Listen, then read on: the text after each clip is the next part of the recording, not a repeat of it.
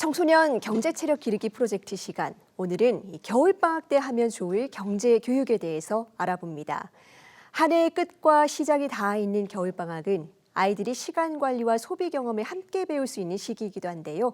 이 겨울방학 경제교육은 어떻게 접근하면 좋을지 김지환 경기 효행초등학교 선생님과 이야기 나눠봅니다.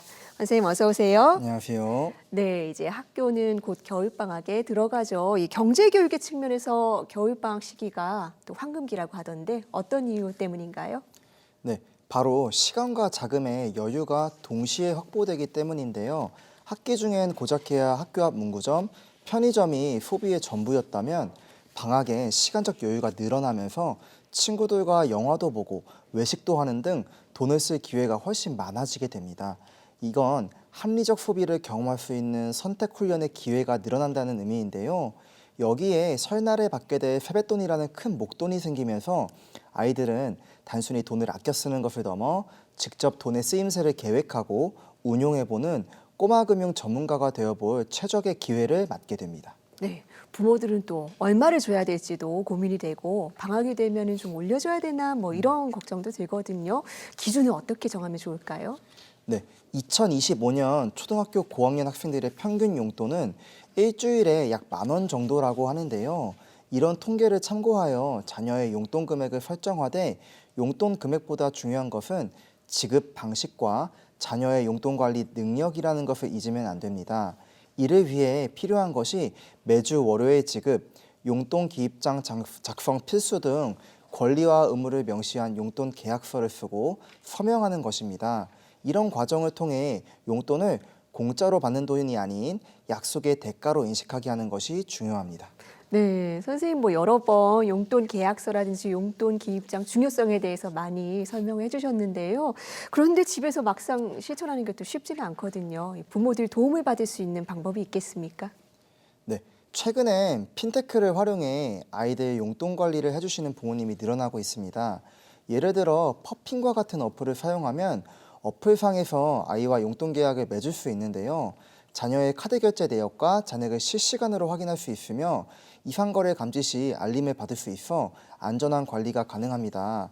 1일 월간 사용 한도를 설정하여 무분별한 과소비를 예방할 수도 있습니다.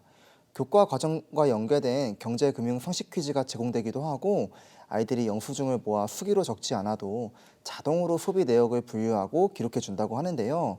위와 같이 방학이 제공하는 시간적 여유를 활용해 자녀 용돈을 관리할 수 있는 새로운 시스템을 설정해 놓으시면 장기적으로 자녀 경제 교육에 큰 도움이 될 수 있습니다. 네, 기술의 도움을 좀 받으면 좋겠네요. 네. 아마 이맘때쯤 아이들이 뭐 크리스마스도 그렇고 다가올 설날, 세뱃돈 많이 기대하고 있을 텐데요. 어떻게 활용하면 교육적으로 좋을까요? 네, 위와 같이 용돈 계약서, 용돈 기입장 작성 등을 통해 합리적 소비를 훈련할 수 있는 환경을 만들어 놓았다면 방학 중 받게 되는 세뱃돈은 저축과 투자를 경험할 수 있는 시드머니 역할을 하게 됩니다. 그래서 방학 중 받게 되는 세뱃돈을 자녀가 저축과 투자를 경험할 수 있도록 활용하라고 말씀드리고 싶습니다. 초등학교 저학년에서 중학년 학생들에게는 돈을 그냥 갖고 있는 것보다 은행에 맡기면 안전하게 보관할 수 있고 이자까지 받을 수 있다는 점을 교육하시면 좋습니다. 초등학교 고학년 이후부터는 투자의 필요성도 강조해 주시면 교육적인데요. 과거의 짜장면 가격과 현재의 짜장면 가격을 10년 단위로 비교해 보며 물가가 오르는 인플레이션 현상에 대해 이야기해 주는 것입니다. 이런 인플레이션 현상 때문에 저축만 하기보다는 투자 또한 필요함을 강조하며 자녀가 투자의 필요성에 일찍 눈을 뜰 수 있게 교육하시는 것이 중요합니다. 네, 그런데 저축까지는 어떻게 좀 해보겠는데 이 투자로 넘어가기 시작하면 부모들 고민이 막 시작이 되거든요. 이 가정에서 투자 교육을 어떻게 시작하면 좋겠습니까?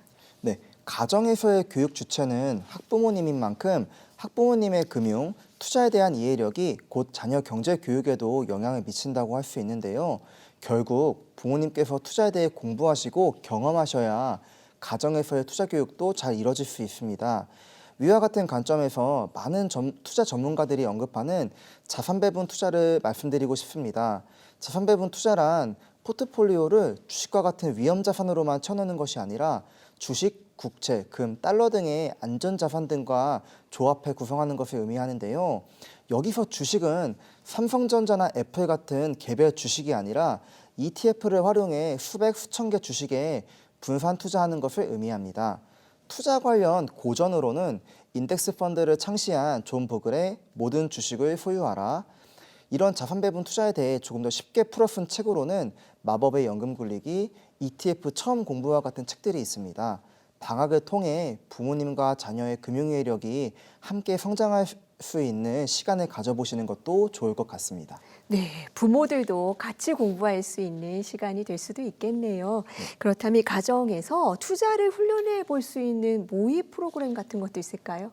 네, 화면에 보이는 플랫폼에 접속하시면 투자와 관련된 다양한 교육을 경험할 수 있는데요.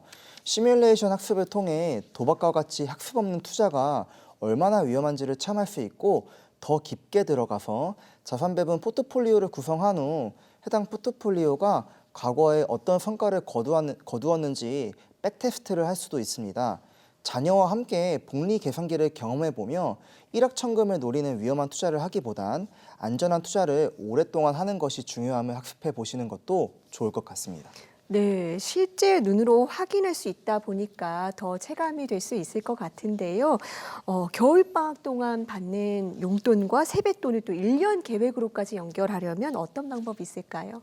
네, 방학 용돈과 세뱃돈을 그때그때 쓰는 돈으로 끝내지 않고 한 번에 묶어서 1년치 경제체력 계획표로 만들어 보시면 좋은데요. 아이와 함께 1년 동안 예상되는 소득을 한 번에 적어보고 그 돈을 쓸 돈, 모을 돈, 불릴 돈, 나눌 돈 등 네 바구니로 나누어 보는 것입니다. 예를 들어 초등학교 고학년 기준으로 주당 10,000원 정도의 용돈에 설날 등의 이벤트에 받는 돈을 합치면 1년 동안 아이가 직접 움직여 볼 수 있는 돈의 규모가 생각보다 커지는데요. 1년 전체 소득 중 소비, 기부, 투자에 투입할 비율을 먼저 정하고 방학 동안 만든 용돈 규칙과 기입장 시스템을 그대로 1년 계획에 연결해 주시면 됩니다. 네, 이런 걸 어려서부터 해보면 정말 평생 든든한 자산이 될 것 같은데요. 겨울방학 동안 뭐 말씀해 주신 걸 다 해보지는 못하더라도 이것만 해봤으면 좋겠다 하는 것도 있을까요? 네, 저희가 위에서 말한 것들을 실천하려면 기본적인 금융 지식이 필요한데요. 거창한 겨울방학 계획을 세우기보단 가족이 함께 동네 도서관에 가서 경제에 관한 책을 읽고 대화를 나누는 것은 어떨까요? 부모님이 함께 한다면 겨울방학 기간이 자녀의 경제 이해력이 크게 성장할 수 있는 좋은 기회가 될 수 있을 거라고 생각합니다. 네, 학생들이 받는 작은 용돈을 소비와 저축 그리고 투자로까지 연결시키니 작은 시도가 쌓여서 경제 교육에 아주 중요한 출발이 될 수 있다는 말씀 해주셨는데요. 이번 방학이 우리 아이들의 첫 경제 설계도가 되길 바랍니다. 선생님 오늘 말씀 잘 들었습니다. 감사합니다. 감사합니다.